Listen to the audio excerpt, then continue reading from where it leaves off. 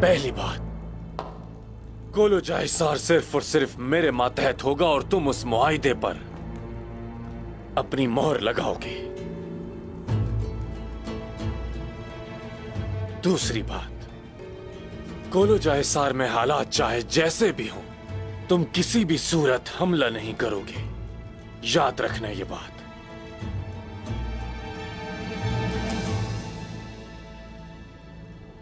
वरना तुम पर भरोसा करने की मेरे पास कोई वजह नहीं होगी। इस तरह का कोई भी मुआहिदा नहीं हो सकता। साउजी साहब, अगर इन शकों के साथ आपको यह मुआहिदा मंजूर नहीं तो कोई मुआहिदा नहीं होगा। अगर आप लोग जब चाहे हमला कर लें तो ऐसे मुआहिदे का क्या फायदा? ऐसे मुआहिदे की कोई हैसियत नहीं।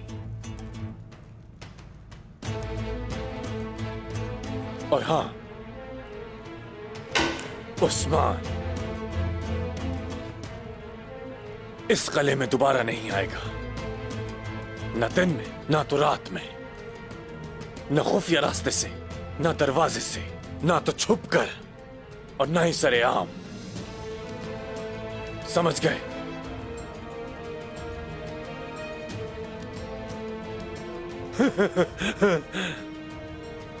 क्या हुआ? ये सोच रहे हो कि उस्मान को कैसे रोकोगे? ये तुम्हारा नहीं, हमारा मसला है निकोला। नहीं, गलत बात। ये रोम का और तुर्क सरहद के साथ रहने वाले हर एक का मसला है साउजी साहब। उस्मान बागी है। देखो रोम के तकफूर, खास तौर पर मेरे होते हुए तुम मेरे भाई के बारे में ऐसे बात नहीं कर सकते। ठीक है, मुझे अंदाजा नहीं था कि तुम अपने भाई उस्मान से इतना प्यार करते हो। हाँ।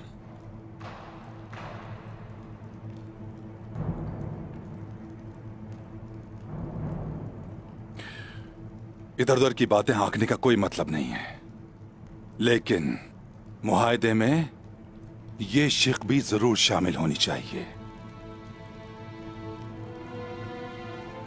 अगर कोई रोमन किसी तुर्क मलकियत पर हमला करता है तो ये शिक नाकाबिले कबूल होगी। तुर्क मलकियत? हाँ। इसका क्या मतलब? तुर्कों की भी कोई मलकियत है क्या?